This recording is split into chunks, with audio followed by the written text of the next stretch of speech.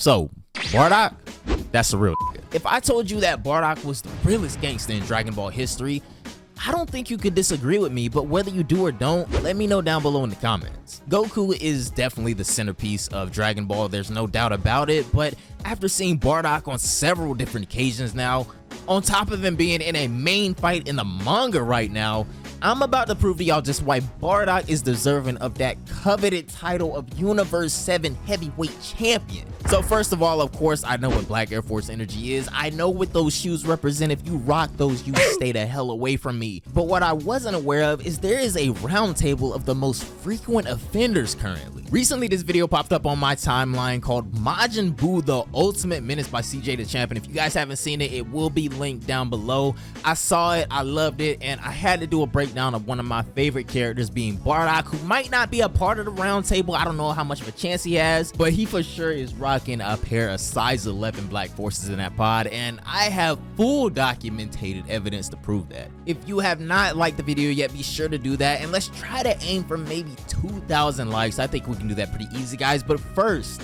we gotta talk about the day Goku was born.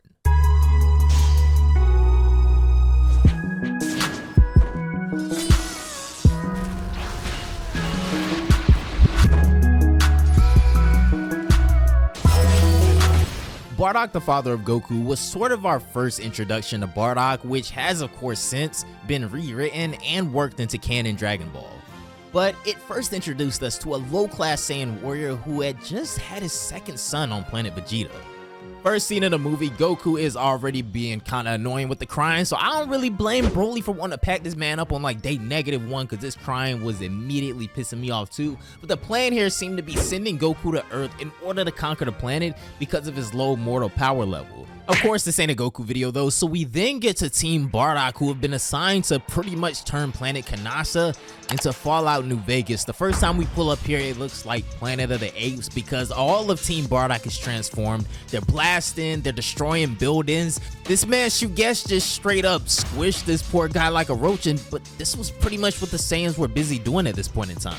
But more importantly, let's get back into this dude Bardock, because after this is when he got a pretty cool new ability.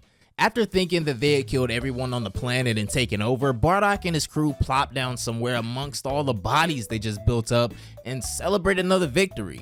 They're just chilling in this crater right here, looking like they just met back up after a bank robbery or something, and Fasha mocks Bardock, saying that he says he remembers everything, right? Tora says that Bardock might remember every second of every day, but he keeps up with nothing in his personal life.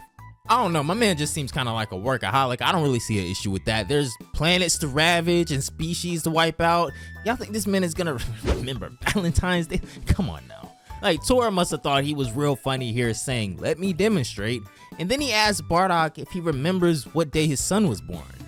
Now, this guy, this savage Bardock is just chilling, kicked back with a twig in his mouth like Bugs Bunny, and he just says, "Nah." Like, holy, that was a long time ago though, he continues. I can't cap, that's what some heavy head assery from my man Bardock, because Goku was literally born yesterday, like 24 hours ago type beat. But you know, he doesn't stop there though, as Fasha mentions that he does have time to go visit his newborn son if he wants before their next mission. Oh, some father-son bonding with the little tyke, visiting my little man, how nice. Well, why should I, he replies. I don't know why he had to spit out the twig to say that, but goddamn. I mean, he cleans it up by saying that they'll just send his son away regardless, so what's really the point? But nah, you kind of wild for that. Now, what happened next is a little bit chaotic, but one of the locals that was able to survive their slaughter earlier bursts out of some rubble behind them as they begin to mention the special energy rumored to be on this planet, and the guy goes straight for Bardock. Now, I'm not sure if it was shock or this guy was just straight up faster than Bardock, but he ends up behind him and gives him one of them 1-inch chops to the back of the neck, and this chop crumbles, I mean straight up collapses Bardock. Of course, this guy got like packed out immediately by Team Bardock, but before they kill him, he tells them that he's given Bardock the psychic powers that they spoke of in order for him to see the horrors of their end, just like his people were forced to. So this was the moment that Bardock gained those visions and foresight. Well, this, in fact, was a massive problem, because not only did Bardock foresee the salvation of planet Earth by his son Kakarot, but he saw Frieza going through embodying all the Saiyans. All of this stuff will come to light way faster than expected when we go to Frieza's ship and see these two snakes well, before that, we get to see Kid Vegeta and Nappa before he lost all his hair from the stress of taking care of this badass kid. But back to these two snakes, Zarbon and Dodoria, sucking up to Frieza as always. They tell Frieza about the Saiyan Zenkai booster, how they get stronger after every near-death fight, and you know Frieza being a scary motherfucker, so he hears this and is like, oh dear, no, we can't have that. They go on to tell Frieza that a band of low-class Saiyans had actually just taken over planet Kanasa in a few days, which is a job that's been up for months and not even Frieza's top soldiers could do easily. Now, why would your little Weasley, pink, Bowser shell-headed ass? So I don't know why he would say that, because all this does is make Frieza want to wipe them all out even sooner, so he orders Dodoria to take some squad members and go take Bardock's crew to lunch, and that's pretty much what they go do.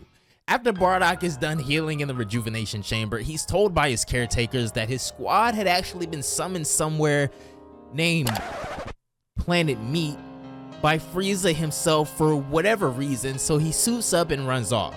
On his way down the hall, he actually hears Goku crying in the infirmary, and just thank God he at least stops and acknowledges him this time.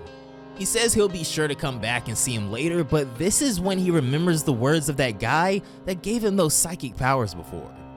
The visions of the coming destruction invade his brain, and he assumes that Goku is able to feel these disturbances as well by his crying. He takes a quick scan of Goku's power level, but when it comes back as only average, Bardock hits him with the "I thought you were special" and just shakes his head and leaves. Now, when we get to Planet Meat, it's a full-scale massacre going on here. I mean, Borgos just gets folded in one hit and that HP immediately hits 0. And this is when we see that the Saiyans have been betrayed by Frieza's army, with Dodoria waddling his little ugly self through the crowd and grabs Tora up by his armor. He knocks Tora into the air with an uppercut, but this is when we see Bardock finally arriving on Meat, tracking his friends nearby. Now, just to put all of this savagery into perspective for you guys of all of the stuff that was happening right now, Frieza first sends Team Bardock to conquer the planet just like the others, so they show up and they kill everybody, right? Then Dodoria shows up with his own squad thanks to Frieza, and they smoke all the Team Bardock, minus Bardock of course. So now Bardock shows up to Planet Meat, sees all of these dead people laying around, all of these bodies just stacking, the smoke is going crazy, and you know what he says? Damn, I really taught those fellas how to get it done. See what I mean? Like, these dudes were psychopaths, man. So Bardock flies over and he sees his whole team just flatline, absolutely pillaged, like all their lunch money gone. But Tora is somehow still alive. So Bardock runs over to him, and this is when Tora tells him that they were ambushed by Frieza. It was all a setup from the beginning, and Frieza just wanted them all dead because he fears how strong they might become and possibly overthrow him one day. Once Tora ends up dying in Bardock's arms, one of the hardest moments in Dragon Ball happens as Bardock removes the bandage from around Tora's bicep. Realizing and accepting that this is what it's come to and how they've been betrayed for their hard work and allegiance, he wipes the blood from Tora's face with the bandage. As he grips it harder, the bandage becomes soaked in blood. The blood of his friends, the blood of Saiyans. This is the moment we see Bardock throw on that red rag for the first time, tightening that bloody headband on as the Dodoria squad returns to find him there. Now, these guys honestly completely underestimate Bardock here, but because of his sporadic visions, they are able to get a hold on him. One good blast is going to take care of all of them though, but when Dodoria shows back up, this guy just blasts Bardock away with a single beam that leaves him severely injured, with Dodoria being summoned back to rendezvous with Frieza, so Bardock is spared for now. When we get back to Frieza's spaceship, Dodoria waddles his way back to his boss, saying that he just completed the mission, but both Zarbon and Frieza know this is cap. Frieza is like, oh, so you're just going to lie to me like that? But Dodoria is just on some, oh please my lord, there are no survivors. Then Zarbon comes in and is like, no you complete dumbass, you let the leader survive. And then they turn around and see Bardock's ship headed towards planet Vegeta. After verbally spanking it for a few seconds, Frieza tells him not to worry about it because Bardock is on his way back to planet Vegeta anyway, so they watch him, as Frieza admits his plan to just kill all of the Saiyans anyway. So when Bardock gets back to planet Vegeta, he honestly just looks like he left the 4th Great Saiyan War inside of this pod. This man is beaten, broken, and bloody. But like a real one, all he can think about is warning the homies about the snakes. Once he lands back on planet Vegeta, he stumbles out of that pod like a drunk uncle, telling these two dudes, get the fuck out of my way. But when they tell him that they just sent Goku to Earth, he realizes that all these visions he's seen must be true, including the destruction of planet Vegeta. So Bardock is stumbling through this hallway, leaving blood all over the place, and my man falls down the stairs and just passes out. This is the point where he begins seeing visions of Goku in the future again, and he's like, okay, so my boy is gonna grow up big and strong regardless. Let me go deal with Frieza then. So he wakes back up with a powerful shout and begins stumbling down the hallway again at ×2 speed. Now, this is the part that always kind of drives me crazy, because Bardock realizes, okay, if I can see into the future, what can I do to change it?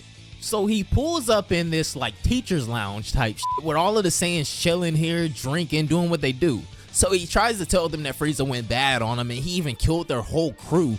But this little smart ass speaks up and it's like, Bardock gets his tail whipped and it's the end of the world, am I right? Ha ha ha. And everybody starts laughing like this is a joke or something. Well, I'm not sure what kind of sick jokes they tell on planet Vegeta, but Frieza's about to kill like all of them, genocide type beat, so I don't really think that's too funny, I'm just saying. Now these motherfuckers are just laughing in Bardock's face and cracking jokes like this man stumbled in here bloody and dazed for no reason, but even though they don't believe him, he's still determined to stop Frieza even if it's by himself. The next vision Bardock has of Goku, he sees him on planet Namek and witnesses those events as well, and this just makes him even more determined to face this guy on his own. So this is where stuff goes from 0 to 100 real quick, because King Vegeta is an OG and he's been around. He knows the signs. He was already prepared for Frieza to go bad on them, so he whips up his own little army. But when they run up on Frieza, these guys climb up real fast and leave King Vegeta to fend for himself shamefully. With Bardock sensing all of this going down on Frieza's ship, he decides that he just has to go fade this guy himself. But when he starts approaching the ship, dozens, I'm talking about hundreds of Frieza soldiers jump out on him. Now, even facing down hundreds of opponents at the same time, Bardock stood his ground 10 toes down, and he even threw the first blast at Frieza, but this big ass attack that Frieza keeps spamming all the time, what is this called, the supernova? It just swallows up Bardock's blast, and the following scene would be something that will forever go down as the final stand of the Saiyans.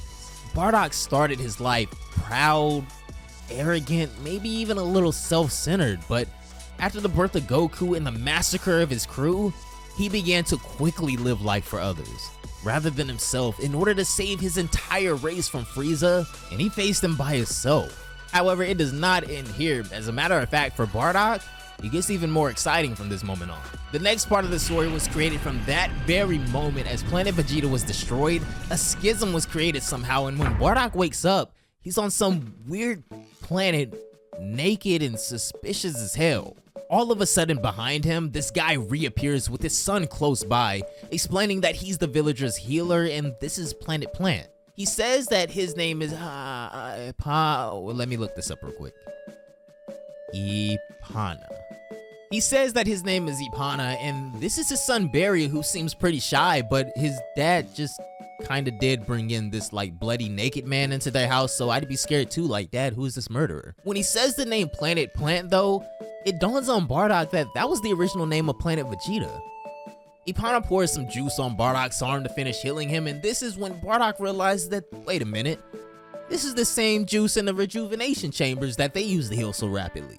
Well, now he's really confused, but Bardock, he's a smart fella. He somehow deduces that he's been sent to the past, and I really have no clue how he was able to figure that out. But before he can figure everything else out, he sees a really familiar spaceship pull up and land nearby.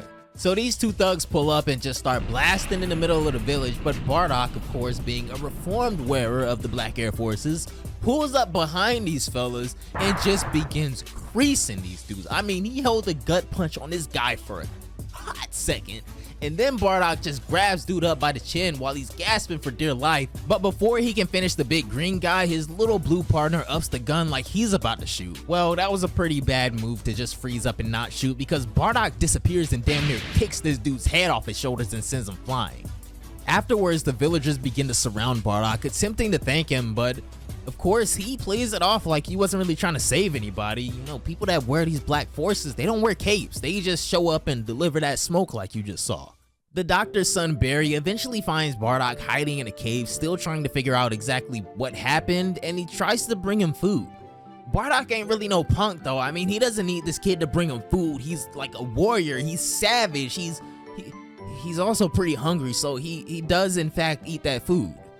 Once Barry sees the empty basket, I mean, that's all it takes. He takes this as an open invitation to keep bringing Bardock food, not knowing how long he really plans to be here, and Bardock eventually does take a liking to the kid, befriending him somewhat.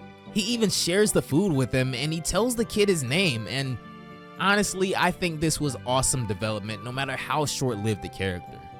Now, this is when we see this guy Chilled, and if you don't know, he's pretty much the Frieza of this generation, being a long-lost ancestor of him and King Cold. We can see where Frieza gets his craziness from here because the guys that Bardock beat just happen to not return from Planet Plant, and now Chilled wants to pull up feeling like someone is challenging him. So him and his gang pull up to Planet Plant in some hooded robes looking like real, disruptive, if you know what I'm saying, and then they try to pull like the Jedi mind tricks on the civilians, saying that they're just looking for that duo that attacked the planet earlier. This gets the civilians to bring up, oh, you're just looking for those guys that Bardock beat up before, saying his name finally to Chilled for the first time. Barry then hurries over to the cave to get Bardock, telling him that the soldiers have come to the village. At first, he doesn't really care, but when Barry tells them that they're looking for him, he begins to ask some questions. All of a sudden, the explosions start in the village as Barry begs Bardock to save the villagers in his home. Bardock contemplates all of this as he remembers his own fallen allies and what he came from. And he realizes that no one deserves a fate like that, to be toyed with by the hands of one man. So he gives Barry a little boop, kicks his begging ass off his leg and then flies off.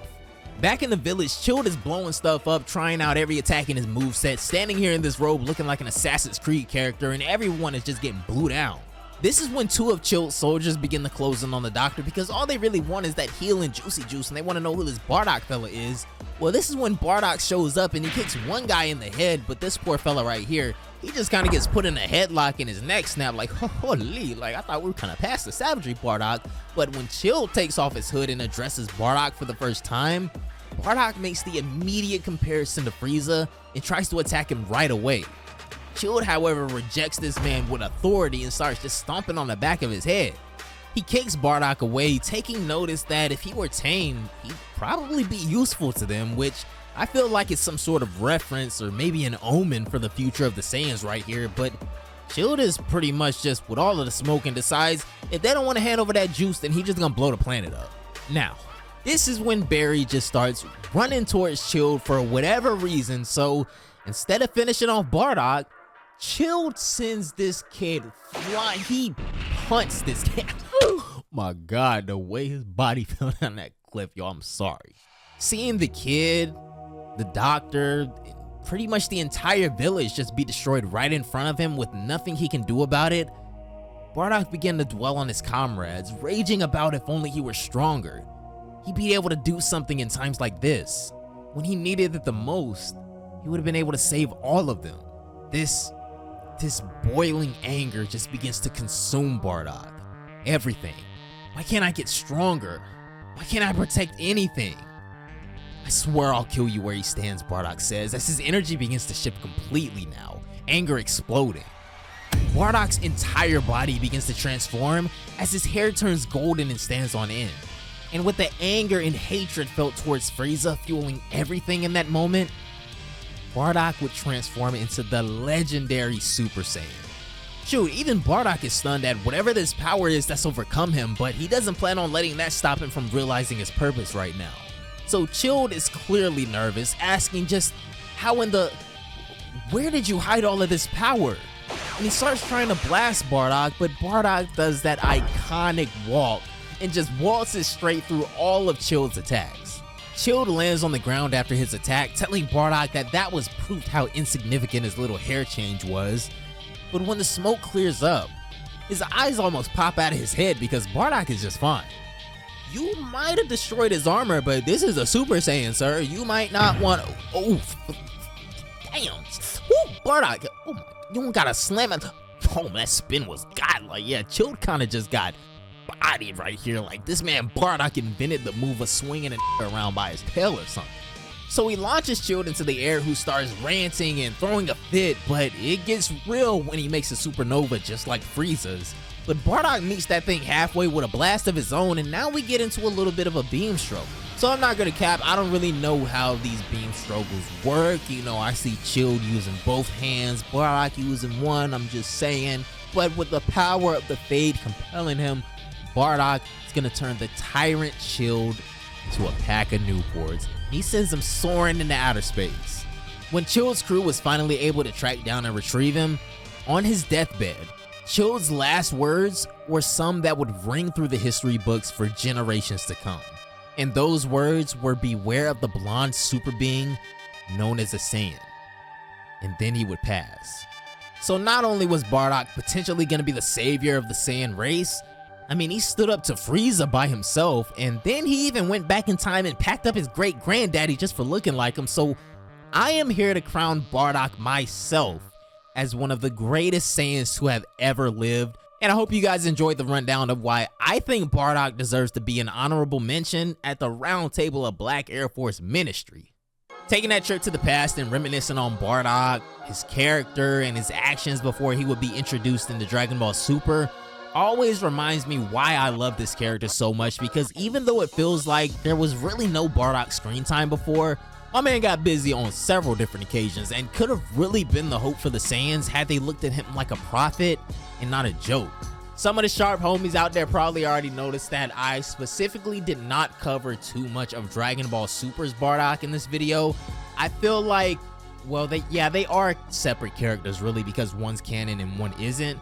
But I feel like what they're doing with Bardock in Dragon Ball Super at the moment is they're still, even though he isn't alive, they're still kind of fleshing out this character and his lore, which is a little more difficult to do if the character isn't necessarily currently alive, you know? So at least until this current arc of the Super manga is over, that's when I'll probably come back and revisit Bardock for another video, because we'll know more about his canon lore at that point. Now, if there are any other characters you guys want me to do a deep dive into and research some of their craziest, most savage moments ever, leave those down below in the comments. I know I'm not stupid, guys. I know it'll probably be mostly Dragon Ball or Naruto characters, but it could be from any other anime you guys want. I don't mind rewatching something dope or even watching something dope for the first time, especially if y'all are recommending it. If you guys haven't already, don't forget to hit that like button. The goal for this video is going to be a humble 2,500. If we can reach that, I may do a special video that goes over two of you guys' favorite characters in the show, because they may be completely different characters, but I promise you they wear the same size in them Black Air Forces. So be sure to hit that subscribe button and turn on them notifications if you don't want to miss that and other content as soon as we go live with it over here. But anyways, have a great day. Stay safe and stay blessed, guys. And I'll see you all in the next one.